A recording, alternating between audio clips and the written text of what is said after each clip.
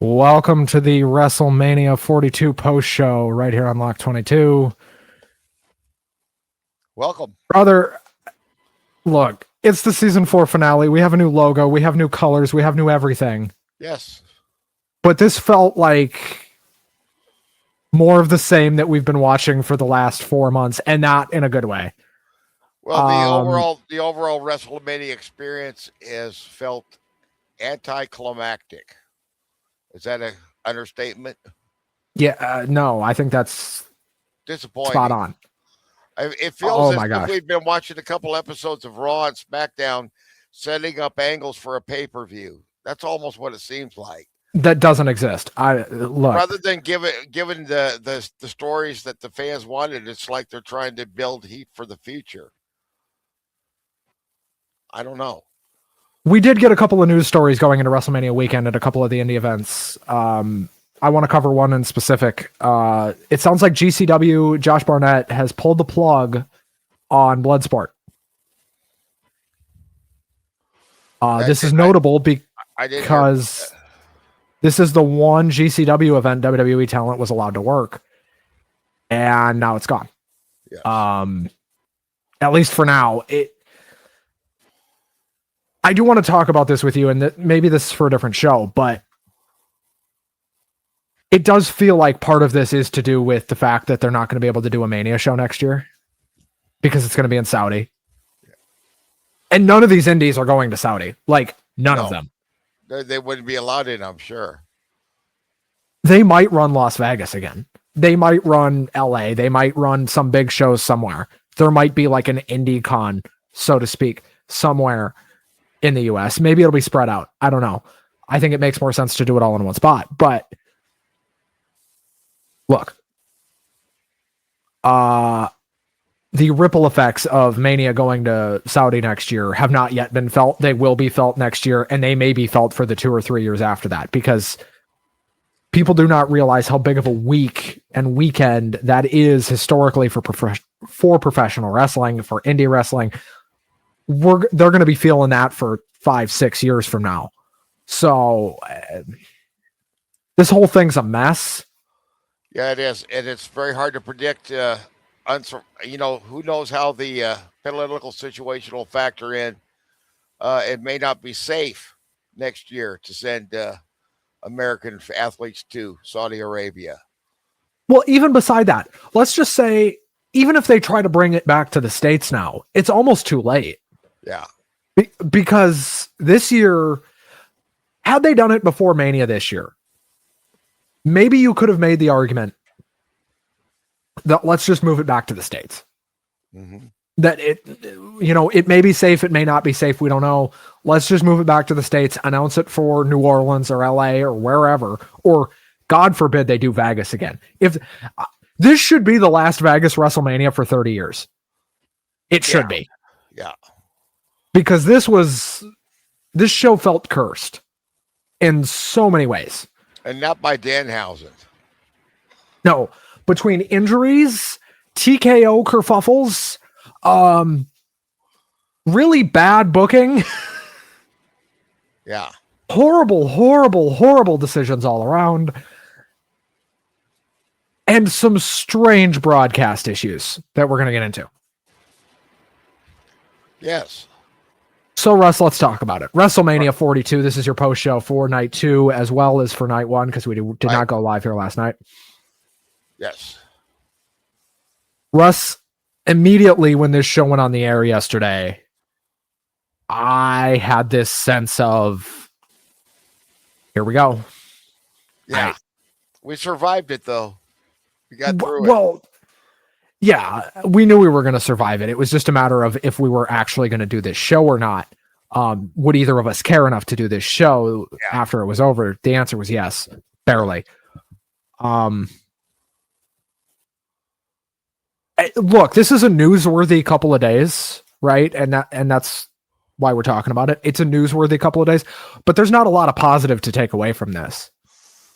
The company is really floundering, aren't they, still? The direction, there doesn't seem to be a direction right now. So let's get into it. This show starts with a cold open narrated by Lin-Manuel Miranda, which is notable because Lin-Manuel Miranda is not aligned with the current administration at all. And it seems like WWE is going more towards people and talent and stars who are, like, if they're going to bring in somebody from the outside, it's going to be somebody who's aligned with the administration. Miranda is not that, so that is interesting. Yes. And I actually thought he did an awesome job with that. Yes. Who knows? Then we started the show with a 6-man tag match, and we would very quickly find out that this match was short, but it wouldn't be the only one that was short on night one. The Usos and LA Knight against The Vision and I Show Speed. Logan Paul, Austin Theory representing The Vision here. The remnants of The Vision. What remains of The Vision. This match goes 7 minutes. Little did we know that would be the average match time on this show. Little did we know. Unbelievable. Almost a 4-hour show. Yeah. Unbelievable. They could have easily done this both the nights of these in one night. In a 4-hour show or less. Yeah. Easily. The baby faces won. Right. I Show Speed turned babyface. Right.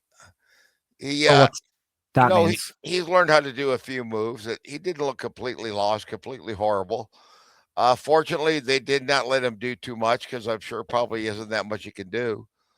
But probably not. The fact that they had him being rescued by the Usos means that he's going to be sticking around for a while. We're probably going to see more of him. We then had an unsanctioned match. Right. This was a huge disappointment to me. Okay, I'm only going to mention this once. There was 6 to 7 minutes of ads in between every match here. Yep. So when I say, and then we had insert match here, I mean, and then we had 6 minutes of ads, and then we had a match. Yeah. So we have 6 minutes of ads. We come back. It's McIntyre and Fatu. These two did everything they could to try to make this match good, understanding the fact that they were on ESPN2 and there was going to be natural limitations with that. Correct. ESPN2 has very strict limitations, far more than the app does, and certainly more than Netflix does. As far as like getting color, you mean? That kind of thing. Well, they pretty much weren't. Well, then don't open up a toolbox and beat a guy across the head with a wrench if you're not supposed to get color, because it looks fucking stupid. Or do this match later in the show. Don't put this match on ESPN2. This was a horrible. I tell you what, Drew McIntyre was treated like a piece of dog shit.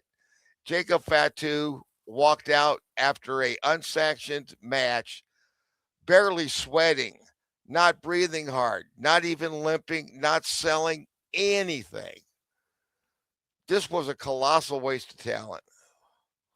Now, I would like to point out, before this show even started, this was the other thing I meant to mention. Andreas Hale, who had ripped the WWE for the Janelle Grant story and had given letter grades to WWE in the past, was banned from WrestleMania this year. ESPN reporter, correct? Yes. Yes. And he's done good work. He's done very good work. This is not on him. I think they banned him because he's not a... They revoked his credentials. Because he's covered AEW in the past. That's why they banned him, I think. But if they were going to do that, they'd have to ban almost every journalist. Yes, they would, to be fair. Anyway, this show moves along. We move on to the ESPN app proper. Correct. And it doesn't get much better from here, Uncle Russ. Well, we were kind of dreading this fatal four-way women's title match, tag team title match. Now, this is one match I say, thank God they kept it short. Yeah. So it's the Irresistible Forces defending their tag titles. That's Nia and Lash against Charlotte and Alexa, Bayley and Lyra, and supposed to be the Bella Twins. Correct. However. Well, everybody comes out. They hit the Bella's music. The crowd does not care. No. One iota. No. when Nikki announces she's not cleared to compete, they cheer. Go figure. Which, Now, do you think the one that wrestled is the better wrestler, correct? yes. Yeah, I agree. And Who is Bree? yes, Bryan Danielson's wife. Correct. And Nikki says, unfortunately, I'm not medically cleared to compete. The crowd pops. That's not a good sign. Not a good sign. It gets better from here, though, because she says, I went and found an old friend. They hit Paige's music. This got reported the night before that Paige had signed a multi-year deal with WWE and was likely to return at WrestleMania as Bree's tag partner. She does. And not only does Paige return and tag with Brie Bella here, she gets the pop of the night by a mile. Yes. Oh, yeah. I mean, very much so. Other than something we're going to talk about, another surprise we'll talk about in a minute that didn't get leaked. This surprise got leaked, and this still got a massive pop. Right. The surprise that didn't get leaked, I would argue, got a bigger one, but we'll talk about that in a minute. It was good to see her Brie, back, and I hope that she's successful. I enjoyed the work she did in the company before, very much so. We did not like her in AEW, though. No, well, they really didn't use her properly, and I know that she went through some hard times, and she got hooked up with old Alberto Del wife beater, and Alberto Del wife beater. Well, and then Ronnie Radke after that. Let's not act like Ronnie Radke's any better. Yeah, and it's very unfortunate, and I'm glad she looks better, and I hope that she's happy and healthy. And she comes from a really good wrestling family. If you got a chance to watch any of those old matches, they're fun. Her mom was awesome. Well, anyway, Brie and Paige end up getting the win. Yeah. Paige actually didn't do a whole lot here, but what she did looked a lot better than anything she did in AEW. I agree. And she hasn't wrestled in about a year and a half, so but she looks healthier and happier than the last time we saw her in AEW. Well, yeah, but I do agree, but not dating Ronnie Radke will do something for you. Well, I've or never Alberto dated him Del Shithead. myself. Yeah, I never dated him myself, but I believe you. Lead singer of Falling in Reverse and notable shitbag. Okay, yeah, I've heard of that name. Yeah, but there was a very important right after this match, though. There was a very important development, which I think where they're developing their future talent. I think they're setting up a tag team match for maybe SmackDown. We're going to have the advertising mascots. I think we're going to have Drumstick Cone Man and the General. Let's put them up against Jelly Roll and I Show Speed. Don't give them ideas. Yeah. Are you insane? And they could have the little Mandalorian puppet there too. He was hanging around. They had a lot of that shit in between matches, tons of it. Not just the ads, but look, tons and tons and tons of celebrities. If it weren't for the ads, I wouldn't have minded the celebrity stuff. I really wouldn't. If it weren't for the ads, I would not have, because every major sports league does that. I don't mind it. But and it's the same way every time. I'm like, who the fuck are these people? They tell you, but you almost don't care at that point. Right. Anyway, that match went 8.5 minutes. That tag match. And it was a clusterfuck. Why so short? Why so short?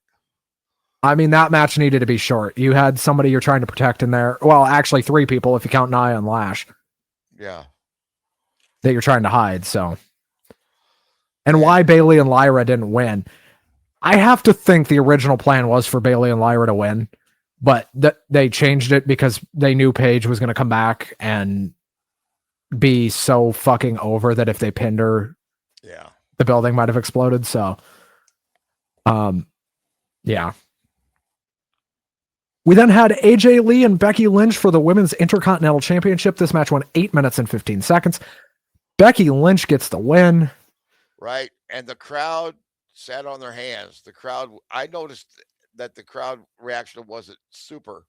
through a lot of the show, but I was amazed at how many people you saw this sitting there, not standing, not clapping, not cheering, doing nothing. This is what happens when you price out your dedicated audience. Oh, yeah. Good point. Very good point. But this is also where I first noticed the perennial green shirt guy there in the front row, who I don't know who that dude is, but he must be a very wealthy individual. He's been gone for quite a while. Has he? He had been. He wasn't there at the Rumble. He wasn't there at the Chamber, but he's back now. Yeah, well, I was He made his return here. Green shirt guy. This match only went 8 minutes and 15 seconds. And why so short? And then also coupled with very lengthy entrances. AJ Lee got a very lengthy entrance with a lot of kids that were dancing, and Becky got a live music entrance. Correct. What the Love Bites? A lot of little kids though. The camera knew which kids were which too, because I noticed the cameraman. They're good at this at WWE. There was one kid in particular that they zoomed in on her face. I don't know. She looked like she's about 10, 12 years old, but you could tell by the way she knew exactly where the camera was and how to look into it. And I thought, that kid right there in the group, that's the one that wants to be on TV. She's the one that's got the instinct. I thought it was interesting. All the rest of them looked like they were having fun. She looked like she was auditioning for a job. Becky and AJ, actually, I think this match was better than their Chamber match. Yeah, much better. And I thought they should have let this go. This should have been 15 minutes. It could have been. This was way better than the match they had at the Chamber. Like a world better. And this is the thing you're going to hear me say a lot. None of these matches that we're complaining about are the wrestler's fault. No. The performers on this show on both nights did everything they could. Excellent. Within the limitations that they were given. And we're not attacking the wrestlers here. That is not what we're doing. You'll know when I'm doing that, and I'm going to do it for one match on either show, and you'll see. There you go. This also was Becky got into it with the referee, who I forget the name of that referee. Jessica Carr. Yeah, and she's gotten into it with Becky a little bit before, but not this physical. I don't know. They're teasing a match with those two, and I hope they do it. I think so, because that means that referee must be trained to wrestle too, which is she great. is. She has been for almost a year, or for over a year. I like to see what she can do. I mean, she's in good shape. Jessica Carr's in really good shape, and she would not be the first referee to turn wrestler. She would not. We've seen wrestlers turn referees and referees turn wrestlers. It's happened before. She wouldn't be the first one. She won't be the last. Even Jeff Jarrett started as a referee. Right. Now, Jessica's been around for a long time. That might be the only hang up, but I don't know. We then had the best match of night one. Seth Rollins and Gunther. Yeah. And how long did this one go? Not long enough. Unbelievably, this is the only match other than the unsanctioned match in the main event that went longer than 10 minutes. Unbelievably. This went 17 minutes and 52 seconds. It was awesome. And I would argue it was still too short. It was the best match of the night. And it was still too short. That being said, you and I have both had criticism of the way the match was thrown together and the storyline, the way they backed it up, because they didn't wrestle like it. No, they didn't. They overcame that, because if they booked it honestly, they would have called this the match between two guys that are on top that aren't currently hurt. And that's why they got put together out of necessity. But they really made the best of it. This was far and away the best match of the night. I agree 100%, and I think most people would. Russ, it was at this point in the night that I texted you, Show's getting long, buddy. Yeah. Right. Oh, we forgot to mention Seth Rollins' smoking jacket. Oh yeah, Seth Rollins' jacket looked like he just had joint slit all over the inside of that jacket. It was leaking smoke, man. And It's like, hey, Braun can I get a Breaker light? Braun Breaker would return as the referee was down checking on Gunther, who just got curb stomped off the announce table. And Breaker would return, spear Rollins. That would set up for the finish with Gunther choking Seth out. Seth would pass out, not tap out. Gunther gets a win at WrestleMania. Gunther needed a win. Yes. Yes, he did. He needed it bad. And it was not a horrible loss for Seth because, there's something about that passing out rather than I still didn't tap out. I didn't say I quit. So, they can use that type of a finish if they're smart. And now we get into where I'm probably going to go on a rant.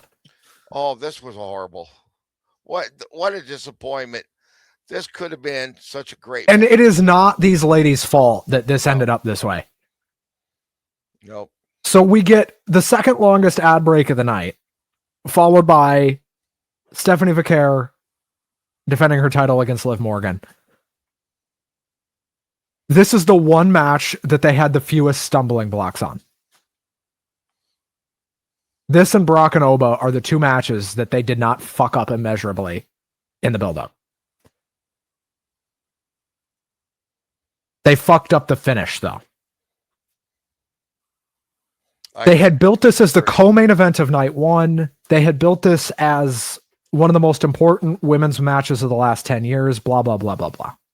It didn't feel that way, though. Not with the way they booked it, no. No. This match got a whopping 6 minutes and 51 seconds. This is the co-main event of night one of WrestleMania, and it got 6 minutes and 51 seconds. And then, we had expressed hope about the possibility of them winding down the Judgment Day group, which is really getting old and unoriginal. But instead, here's Roxanne, here's Raquel, here's Dominic, here's the whole dang clubhouse. And except for JD. Correct, but he had other things to focus on. Well, so did Dominic. To be fair. Correct. This was setting up to be the second best match on this show. And then it just ended. And my frustration with this comes twofold. Because clearly these are two of your top females, probably your two top females on Raw. Because Rhea's going to SmackDown now. Rhea's going to SmackDown. Correct. Rhea's on SmackDown now. All right. You do not have Rhea to buoy Monday Night Raw anymore. Mm-hmm. There you go. Liv and Stephanie are your two top girls on Raw. Other than EO. Let's hope they do something with them. There she is. And, she was looking beat up, though, that night because she still had a little bit of that big old pop. She had a pop down on her head that about as big as a damn orange, Yeah, and, she did. And she still had a little bit of a black eye, too. Liv has come such a long way in the ring. Nobody could say she doesn't work stiff. And she does this gimmick she has right now, hematoma. Yeah. Nobody can say that subdural.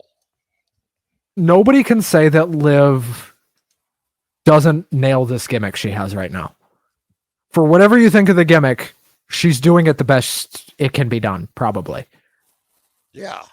Now you want to talk about the Bad Advice song? You want to talk about this song? Like, how long was the match? Because the musical segment was about 9 fucking minutes. It was actually 4, but it felt like it was 9-10 minutes. I swear to God. See. Oh no, we're gonna get into. I wanted to keep that in mind because I do have the entrance times for the night 2 main event, and you're gonna be blown away. 6 minutes and 51 seconds was the match. All right.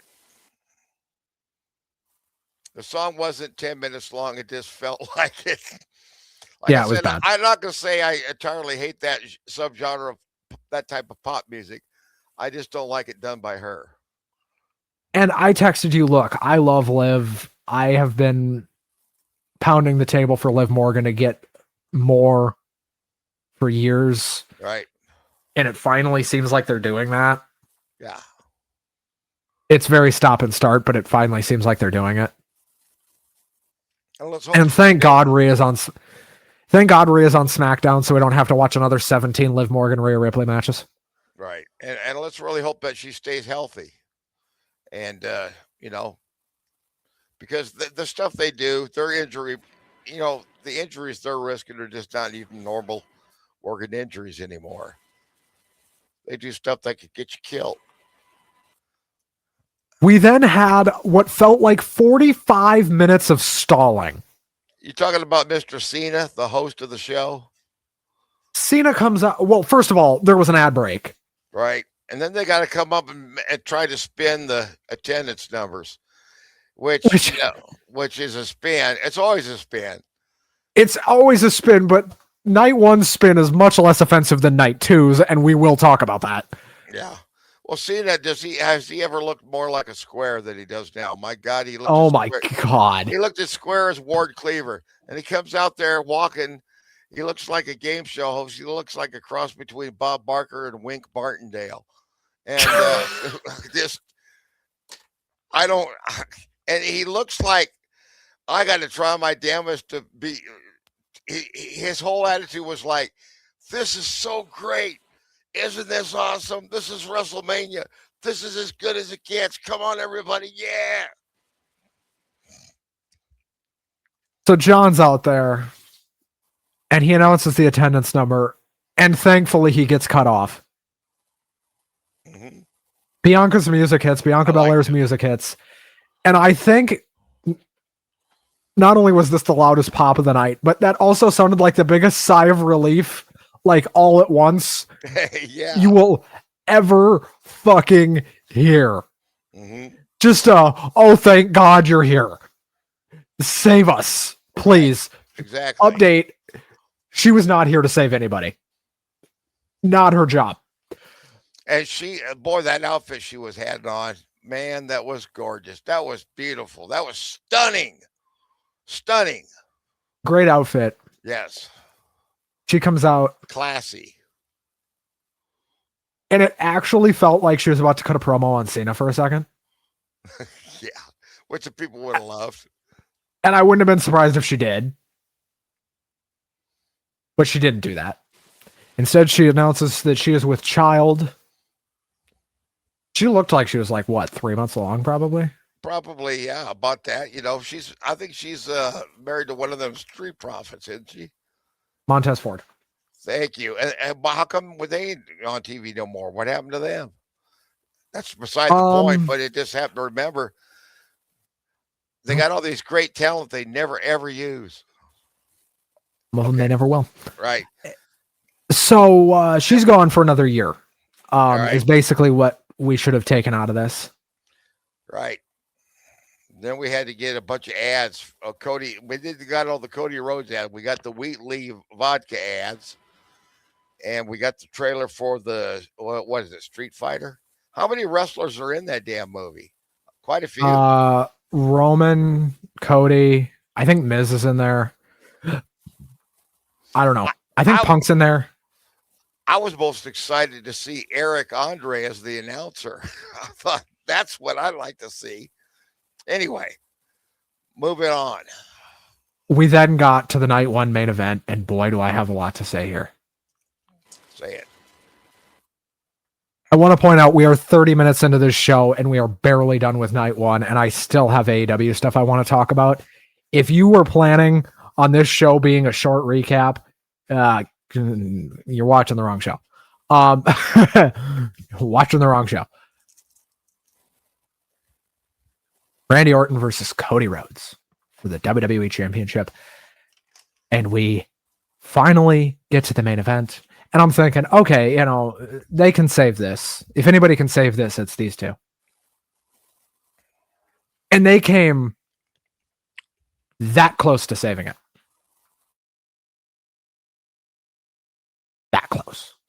Yeah. They just These didn't two quite get almost there. single-handedly saved this show. Or they tried.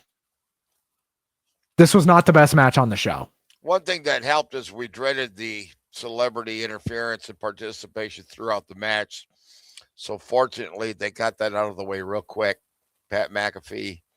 Jelly Roll put McAfee through a table.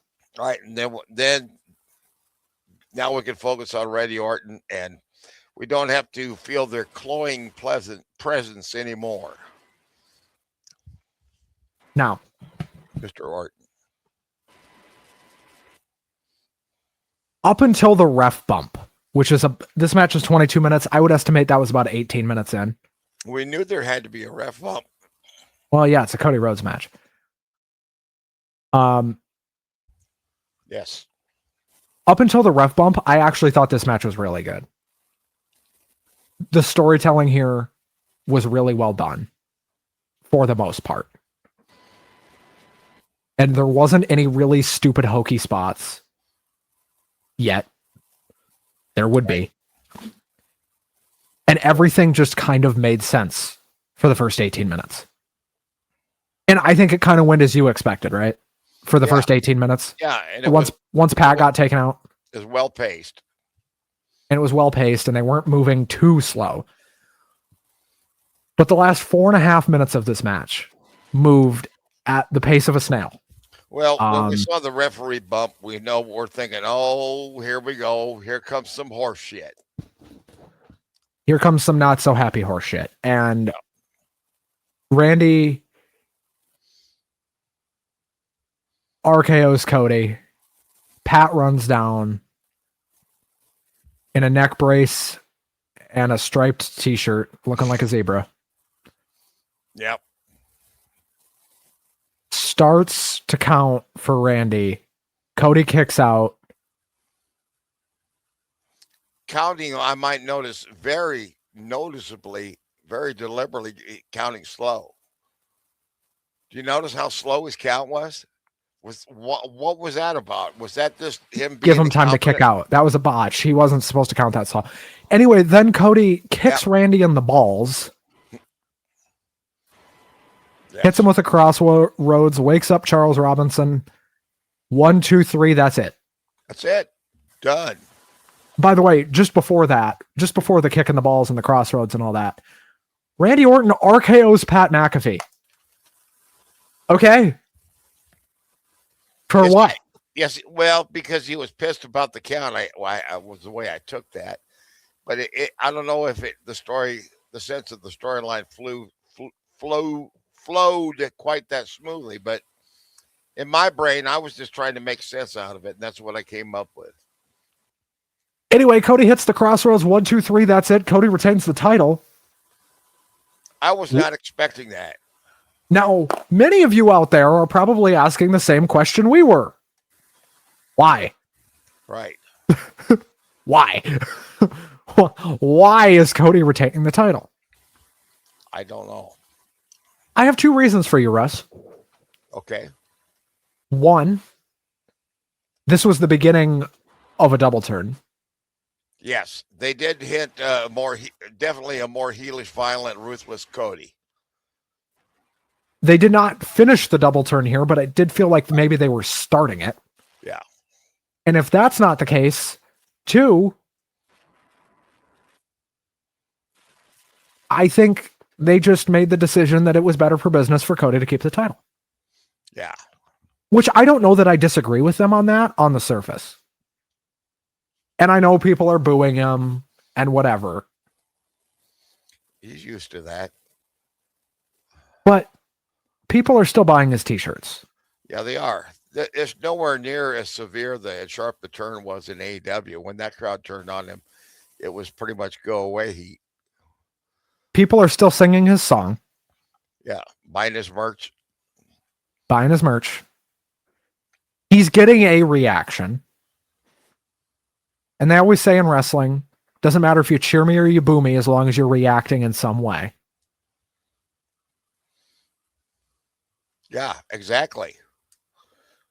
So I think they legitimately just thought, we're just going to keep it on Cody. We're just going to play it safe. Well, we'll see what they do with that. It's possible.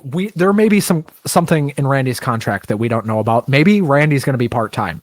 Maybe they didn't want 2 part-time champions. Again, that might be what this is. And if that's what this is, then maybe you shouldn't have booked the match. But it does feel like the reported Jelly Roll, Cody Rhodes, Pat McAfee, Randy Orton tag match might be out the window. Yeah. That might be done. Because that's fine. Since Orton lost, let's not forget the stipulation was Pat McAfee can never show his face again. Right. So we'll see how long that lasts. Hopefully. Not like he'd want to anyway. Right. But if this is the last we ever see of Pat McAfee, goodbye, good riddance, never come back. Yeah, stay in your wheelhouse there. Talk about sports over there on Netflix now. ESPN. There's moving to net. His show's moving to Netflix, believe it or not. Is it? Yes, it is. Pat McAfee is moving to Netflix, which is strange with all this other WWE stuff going on and all this weird shit going on between ESPN and TKO. There's some people in ESPN that are hot right now. Oh, well, they bought a turd. Yeah. Russ, let's talk about night 1 as a whole. I would give this show a D. Me too. Solid D. The good matches in it kept up for being an F. Believe me, if it hadn't been for Seth Rollins and Gunther. Yes, Gunther. The night would have been a complete loss. Again, the performers are not at fault for this low grade, and Absolutely. Very rarely are they. It's usually the booking that, I agree. Gets these things tossed in the turd bucket. And night 1 was absolutely a turd. Russ, the people that only bought tickets for night 2 were probably relieved. Russ, I want your thoughts coming out of night 1 and then heading into night 2. What was your thought when you woke up this morning? Oh shit, here we go again. Yeah, I thought, oh shit, we go again. But I also know that it couldn't get much worse. So I had a little grain of optimism. I was rested up, and it was a better show.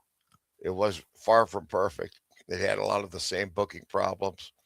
The pacing is like death, Night 2's pacing felt better. Yeah. D. We had 6 matches as opposed to 7, but only 6 on the and the matches overall were better. There was one match here that I thought was an absolute stinker. What match was that? Oh, well, we'll talk about it. That would be the IC title match. Really? I thought that was the best match on the show. You got to be kidding me. I didn't like it. But we'll talk about it when we get there. Let's do them in order. They did the same cold open again, same from the night before. We had Joe Jonas singing America the Beautiful. Right. Guarantee they won't be singing that next year. Get the joke. Yeah, exactly.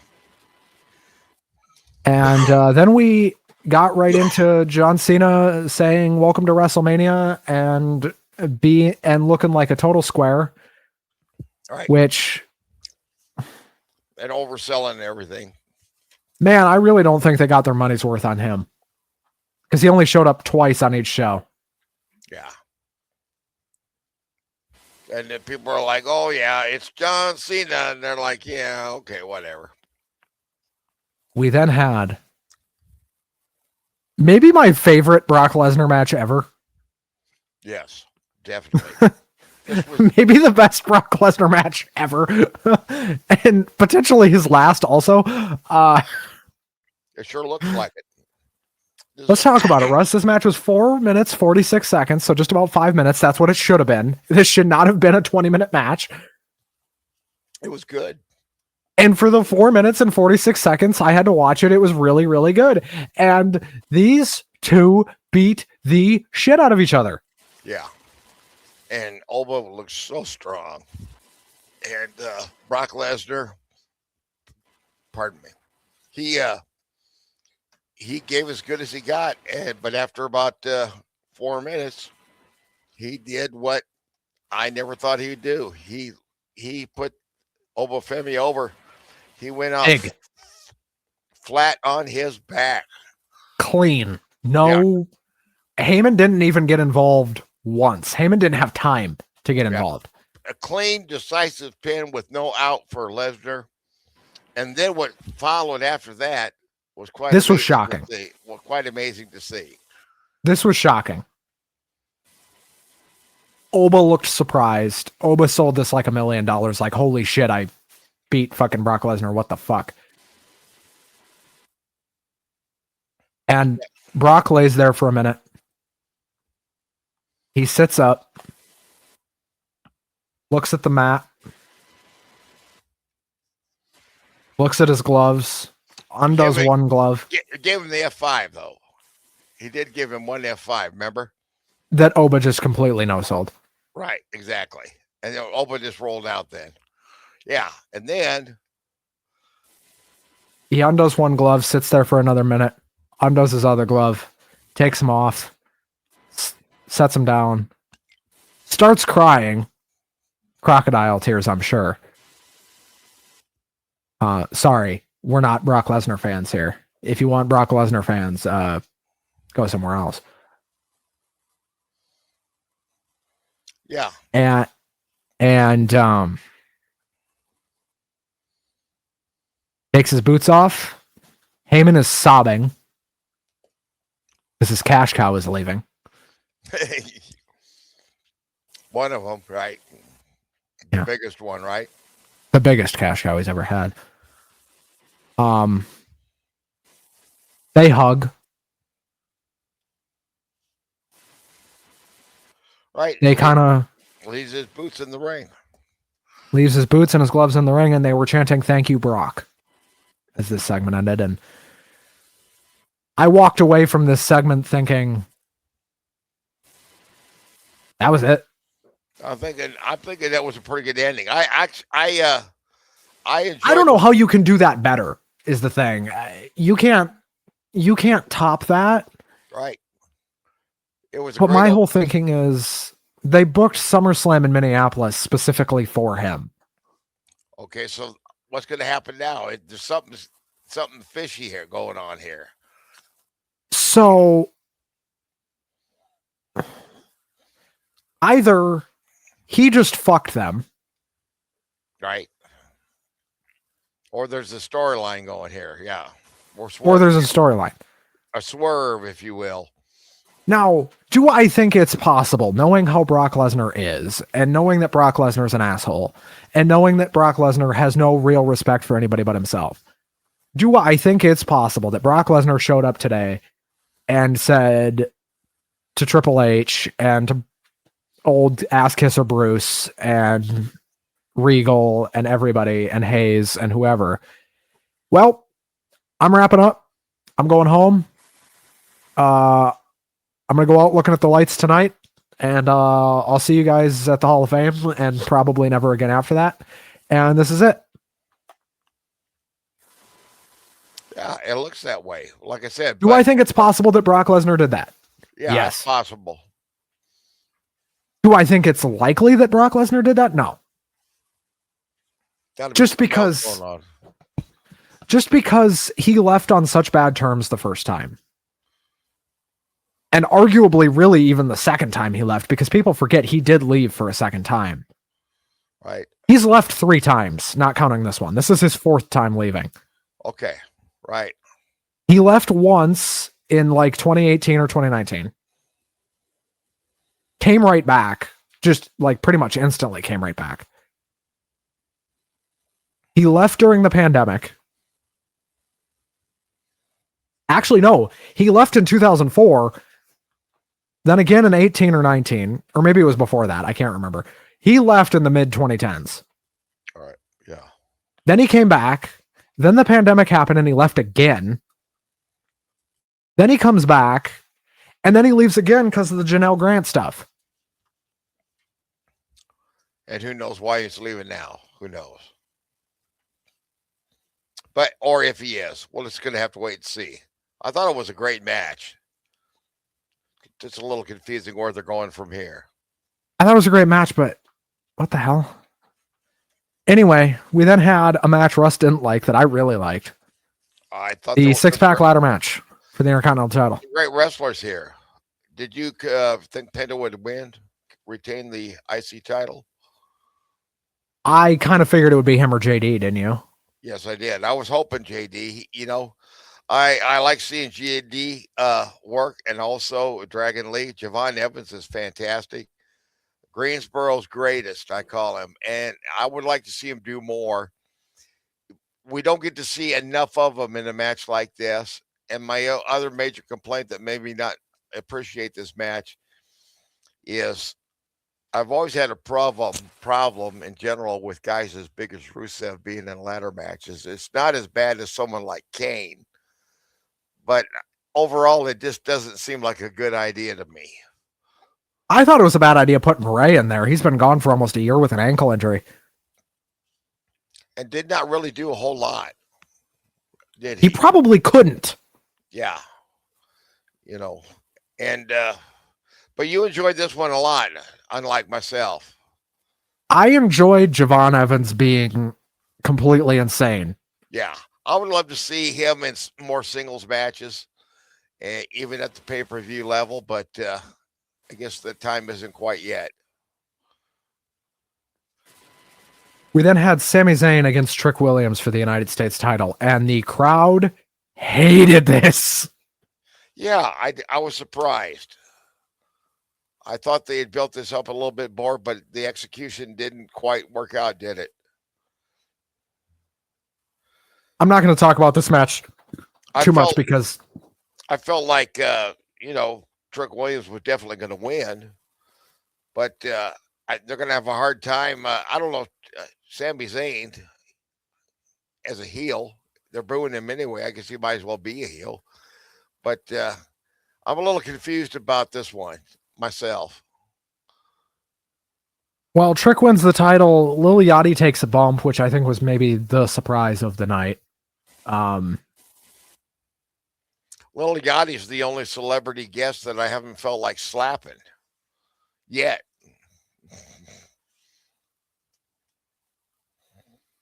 Well, the crowd hated this until Right. Trick won. Then they liked it. Yes. Russ, I want to tell you what I think they're setting up for here. Okay. I think they're going to turn Sammy heel. They're going to turn the Usos heel. All right. Roman is already a heel. Right. So we're going to get the that all over again, possibly. Mhm. Going back to the well one more time, right? We're going to do this all over again. Well, I tell you what, we might end up. There's lots of wrestling shows available, you know, especially with streaming. You know, I could conceive of the time when it gets so bad, we just say, at least for the time being, we just ain't going to watch WWE anymore. We're going to watch something else and talk about that. Maybe not forever, but I got to need to take at least 6 months off or something, you know. It's possible, isn't it? Okay, do you know what would send me over the top? What's that? If Vince comes back. That's it. That would be my line. Yeah. Yeah, I wouldn't like that. I wouldn't care to participate in that. We then had a bunch of ads yet again. A shit ton. Dominic Mysterio versus Finn Balor in a street fight. This was really good, by the way. I thought it was too. Much better than the unsanctioned match. I didn't hear, did they reference the mask, the El Santo? Yeah, they did. Yeah, it looked like El Santo. Michael called it greasy. That was the only reference it got. Oh no, that's a very disrespectful to probably the greatest luchador ever. You know, Well, that's because guy. Dom was wearing it. That's why. Yeah, well, yeah, you know that guy is bigger in Mexico than Hulk Hogan is here. Yeah. I mean, what I should say was. The Demon finally gets a win. Yeah, I forgot about all about that demon thing. This was great. It was a short, felt kind of short too. 10.5 minutes. It was too short. And that's my only complaint. And there probably should have been some blood. But other than that, Right. granted, there would be a lot of blood later. So I guess I kind of understand why maybe they waited. Yeah.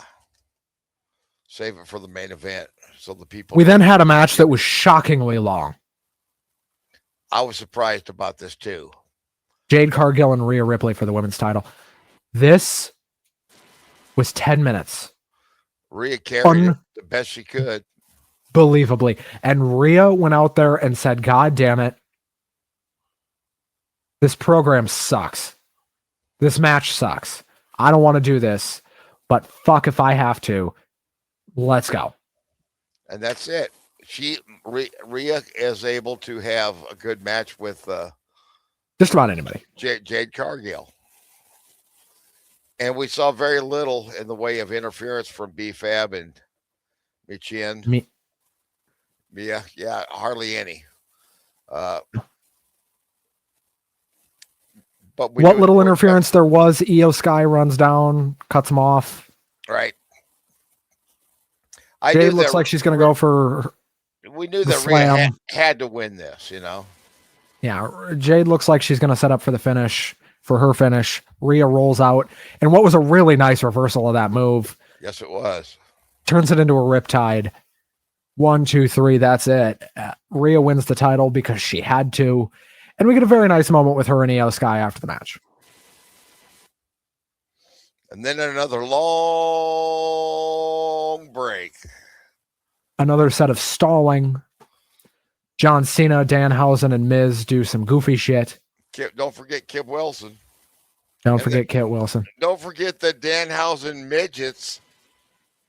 We're not allowed to call them that anymore. Well, no, they that was their name for themselves. We'll call them the Danhausen little people. The Littlehausens. And Kit Wilson got punched in the penis, and then Miz did. You don't probably care. Anyway, they lied about the attendance really bad tonight, and I want to point this out. They said 50,000 last night, which was almost like a shade off believable, but not completely out of the realm of possibility. They said 55,000 tonight. I saw the way they filmed that, you were able to see some sparse sections higher up occasionally. If you blinked, you missed it. They did a pretty good job of not photographing above certain angles at the end of the arena, and then in the out, because they weren't sold out, and they wanted to try to make the crowd look a lot more dense than it probably was. I'm not saying it was a small crowd, and I'm not saying they didn't make money. I'm sure they made money. But TKO's bottom line is they're going to say, did you make as much money as you did last year? And if you didn't, well, then we're going to put our fingers in the pie and fix it some more and make it what we think will work. The biggest enemy of pro wrestling has always been the network, always. The people say what killed WCW. The long term, what killed WCW was the poison in the brew from the beginning, the Turner Network. Not Ted Turner, the network. And I tell you what, the company that owns WWE is killing it, in my opinion. Yep. Then we get on to, hey, now this took a long time. You kept track of there was a long break, and the entrances didn't start till about 7:40. Would you like to know the times for each entrance? Yeah, I'd like to.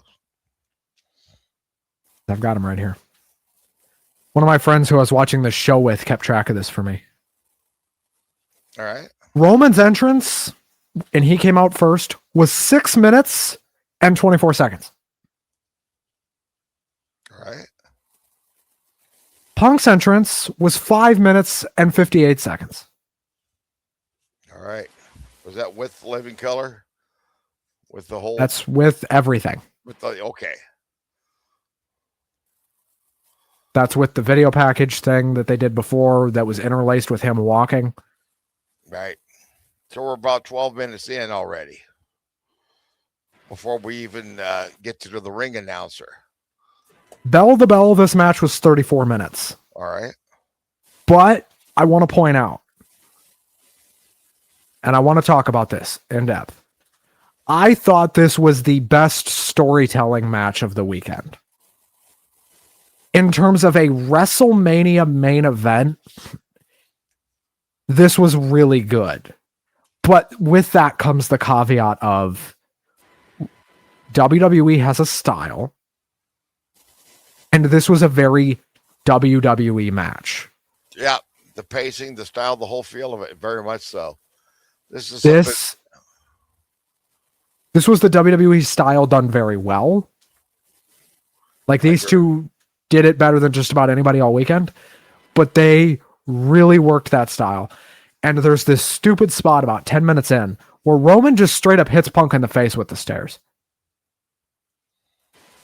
Yeah. And the group of people I'm watching this with are like screaming for a DQ. All right. And they're like, why not? Well, because they're like, what the fuck? Because it's a WWE title match. Oh, because it's the main event of WrestleMania. Right. The smartest thing they could have done was have Roman get DQ'd. The only time that referees in WWE do anything that actually makes sense is when it's a part of the storyline. You know, anything the referees do, there's no rule book. I mean, they do whatever's going to fit the story, and usually it's being stupid. Punk is bleeding like a stuck pig at this point. Yeah, really juicing. Roman would start bleeding later. A series of finishers back and forth. Punk hits a Superman punch. Punk goes for a spear. Roman catches him in a guillotine. Mm-hmm. This again, they broke both announce tables in separate spots. They did everything they could within the parameters that they were given. Yes, they did. This was not a bad match. No. By any stretch. This was better than a Raw match or better than a SmackDown match. Definitely better than SmackDown. Better than the main event on night one. Definitely. I believe, by far. But I don't know that this was better than Seth Gunther.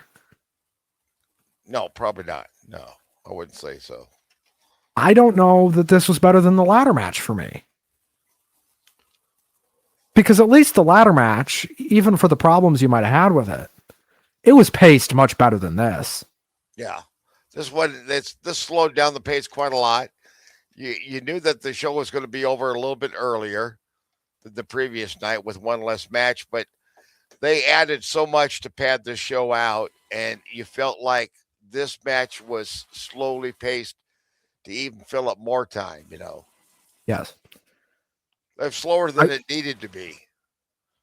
I will say, CM Punk did an excellent job of selling tonight, yes. Which is not always his strongest thing, but he did an excellent job tonight. Roman sold really well tonight as well. And in about 34 minutes, Roman, it took about 4 spears, but he gets the 1, 2, 3. Roman Reigns is the new world heavyweight champion. And well, buddy, here we go again. Right. The bloodline. We're going back to the well. That's right. We'll see what happens. But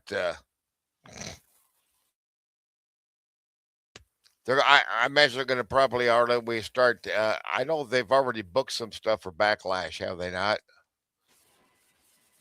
Nothing that I've heard of? Nothing is confirmed.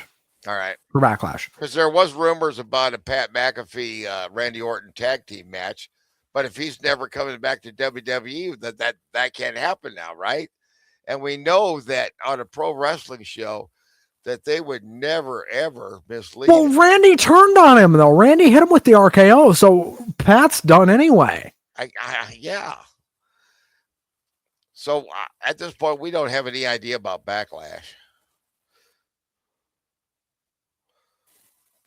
But we've got another AEW pay-per-view before then, I believe, coming up here in about. Is it? We got one coming up here in about 3 or 4 weeks. Backlash is May 9th, bud. Oh, that can't be that quick. I thought it was at the end of May. Well, my mistake then. All right. Double or Nothing is May 24th. All right, my mistake. Nothing. That's Saturday the 24th, right? Yeah. So, Russ, generally we would talk about where we think the company is going from here, but this is one of those times where both of us just have to throw our hands up and say, fucking, I don't know. I have no fucking clue. It's really hard to tell, isn't it? Yeah. I legitimately do not know where we're going. And it is very rare that I can say that, and that is not usually a good thing. Wonder if there are any surprises that they've saved for Monday Night Raw. I have to think there are. I would think so. And hopefully, and I would think hopefully it's some of this is going to get cleared up. Hopefully it's a wrestler we care about rather than another non-wrestling celebrity. Please. Or Vince McMahon. Oh, God, I tell you what. I don't want to see Vince McMahon. Russ, I think that about the last 10 years that he did the job he did, he was too old for it. And I think he's definitely too old for this job now. Russ, let's talk at least a little bit about AEW because there was some news this week out of AEW. Yeah. Wednesday night. This is a baffling decision by Tony Khan. I understand why he did it. And it on one level it makes sense, but on the booking side, it really doesn't. Darby Allin is the new AEW World Champion. Right. And we thought it was going to be about maybe not till this summer that happened, that they built to it slowly. The reason they did it now is because MJF's about to go film a movie. So I guess and if they knew he was going to film a movie, then like I said, the way they put the title on him and had him lose it this way, I was surprised. Now, I will give Tony Khan credit. He got people talking about AEW wrestling during WrestleMania week. Yes. And that's a good thing. That's an achievement. Yeah. In and of itself. That's a win right there. Even if this Darby title reign only lasts till next month, which it probably will. Right. It's probably over at Double or Nothing. I was a little surprised at how quickly he won it too. That was only about a 2-3 minute match. Yeah. Probably because MJF has to go film a movie and they didn't want him to get hurt. Yeah, that's right. Any idea what type of film he is? Any word at all? They've said what it is, but I don't remember. I think he'd be pretty good for comedy. But who knows? Yeah. Maybe he could do some dramatic acting too. I mean, he's been a song and dance man since he was a little kid, even before he was a football player. Well, Russ, I have 2 hopes for this week. Yes. No more Jelly Roll. And no more Pat McAfee. That's right. No more Pat McAfee. And I guess I could tolerate little Yachty. He hasn't gotten on my nerves too much yet. But that's enough. No more. No more celebrities. Let's say, if you want to surprise us, bring back a wrestler that we love and care about, that we maybe have forgotten about a little bit. Do something original. Do something that genuinely is going to surprise us. All right, Violent Night 2. Okay, well. Thank you, Damon. There you go. I don't know if that's what they're filming. If that's coming out this year, I can't imagine they're filming that right now, but that sounds like maybe some type of horror film. It probably is. All right. Filming less than a year before release. Okay, that's new. All right, folks, we're going to get out of here. But before we do, thank you so much for watching. This is the end of season 4. We're going to be right back here next week. Do not worry. Yeah. New logo, new colors, new everything. As always. Thanks to producer Damon. Everybody here at Lock 22. Hey, brother, we survived it. We got through WrestleMania, and I am relatively sane. You guys didn't grade night 2. Oh, we didn't grade night 2. Thank you. I'm going to give D. I'm going to give it a C minus. I'm going to give it a D. I'd give it a C minus because I'd also which match did I enjoy the most? Yeah. Believe it or not, it was the opening match. Oba versus Brock was probably the most enjoyment for me personally. I'm not going to say it was the best match, but if I had to pick a favorite, that would be it. My favorite match of the weekend was Gunther Seth, and it wasn't even close. Yes. Yep. It's a classic. Thanks to producer Damon for that reminder. Thank you. We're sorry that we're ending season 4 on kind of a low, but when you review this shit, you can't really control how this shit goes. There's that cursed logo that I will always remember as dog shit. All right. Right. Well, hey, if WWE gets any worse, we could always start watching TNA, or we could watch Women of Wrestling. No, I tell you what, if we got to go that far, I'd rather watch old Glow reruns, than that. All right. See ya. We'll see you next week, folks. Damon, play the fucking music. Take care.